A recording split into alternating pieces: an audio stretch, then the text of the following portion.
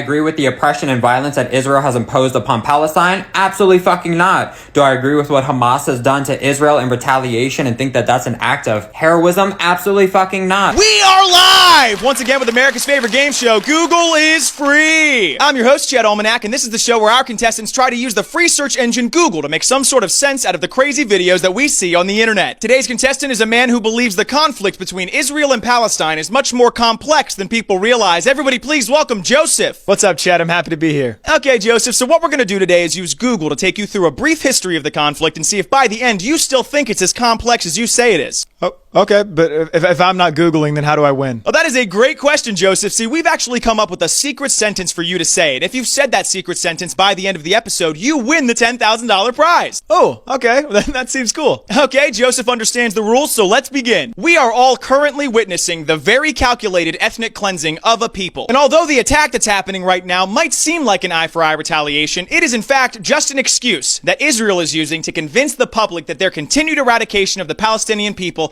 and their attacks on Gaza are all justified and necessary. The first European Jewish people landed on the shores of Palestine and established early settlements in the 19th century. And then in 1948, Zionist forces systematically took over the land, expelling the natives from their homes and relinquishing many to live as refugees in isolated enclaves. Many of the areas depopulated in 1948 were either settled by Jewish migrants or transformed into forests and military zones by the Israeli authorities. And over 70 years later, Israel still prohibits over 5 million refugees the right of return to their land, while guaranteeing citizenship to anyone who can demonstrate Jewish ancestry. Now, while Palestinians today appear to have control over their daily lives, as they live in areas designated under Palestinian authority, the reality of the situation is much harsher. Their access to food, water, electricity, and employment are all under the control of the Israeli government, and they are often being held hostage on their own land, which many humanitarian organizations describe as an open-air prison. Okay, well, Chet, I know that doesn't sound great, but it seems like they had some semblance of peace before Palestinians just started attacking Israel the other day. Okay, Joseph, let's continue. So if seeing your entire culture and homeland taken from you by force for decades wouldn't be enough for you to try and stop the people responsible, let's add even more context to the attack on Israel that happened 10 days ago. And we can do so by going over the number of Palestinians killed and injured by the IDF in the last 15 years. Since January 2008 to September of this year, over 6,000 Palestinians have been killed by the IDF and over 150,000 have been injured. That's compared to 308 Israeli deaths and 6,000 or so Israeli injuries. So just in case you're keeping score at home, in the last 15 years, there have been more Palestinians killed by the IDF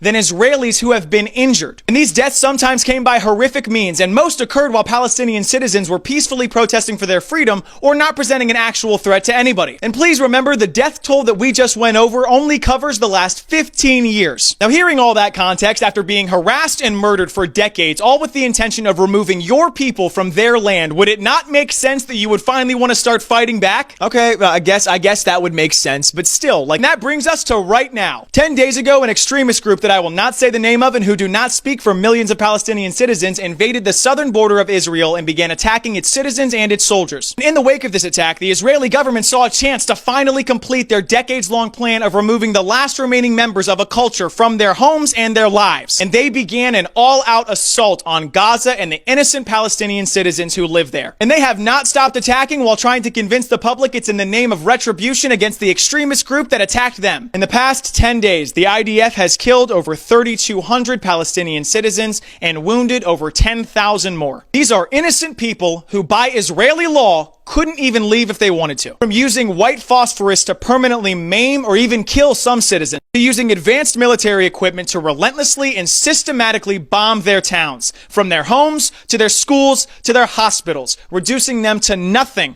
but ash and rubble, along with any poor soul unlucky enough to be in them at the time. And I ask you, what would be the point of mowing down thousands and targeting these specific places if your goal is to get retribution against the extremist group that you claim started this? Why not go after the people responsible directly, using foot soldiers instead of indiscriminately bombing innocent citizens, hoping the extremists are somewhere nearby? The answer is there would be no point, because that's not at all what's happening. We are all witnessing another attempt by these colonizers to try and eradicate the indigenous people of a land by any means necessary, all while trying to give the public a bullshit, thinly veiled excuse to make themselves look like anything more than the genocidal maniacs they are. And before some of you come and try to call me an anti-Semite because I'm standing against aforementioned aforementioned genocidal maniacs, I have 2 points to give you. Firstly, with the hours and sleepless nights I have spent researching the history of this topic, I can guarantee you I know a lot more about it than you do, pal. And secondly, the definition of a Semite is a member of any of the peoples who speak or have spoken a Semitic language, in particular, the Jews and Arabs. So yes, while anti-Semitism does actually play a factor into this conflict, it's for sure not in the way that you're trying to frame it. And this conflict is by no means a new story. We've read about situations like this happening all over the globe in our history textbooks.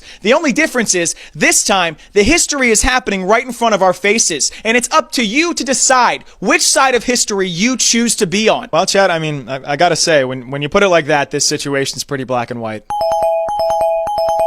Congratulations, Joseph. You said the secret sentence, you win. Oh my God, really? Thank you so much. No, thank you for growing today, Joseph. And just like that, we are out of time. As always, I'm GazaUnderAttack with Google is free, and I'm gonna leave you guys with a few points. Number one, I apologize it's taken me so long to make this video. I have been spending hours and hours educating myself on the history of this subject, and that's the only way that I can do these videos, guys. If I come up here half-cocked, half-confident, it's gonna end up doing a lot more harm than good to the situation. Number two, to my fellow Americans, please reach out to your governing bodies, because we, as taxpayers, are currently funding the genocide that's going on over there. Number three, I barely scratched the surface of the atrocities the Palestinian people have had to suffer through for decades, so if you want to educate yourself further, here's some reading recommendations, and I've also linked some creators below who can keep you up to date in real time with what's going on in the current conflict. If that's not enough for you, please remember that Google is free.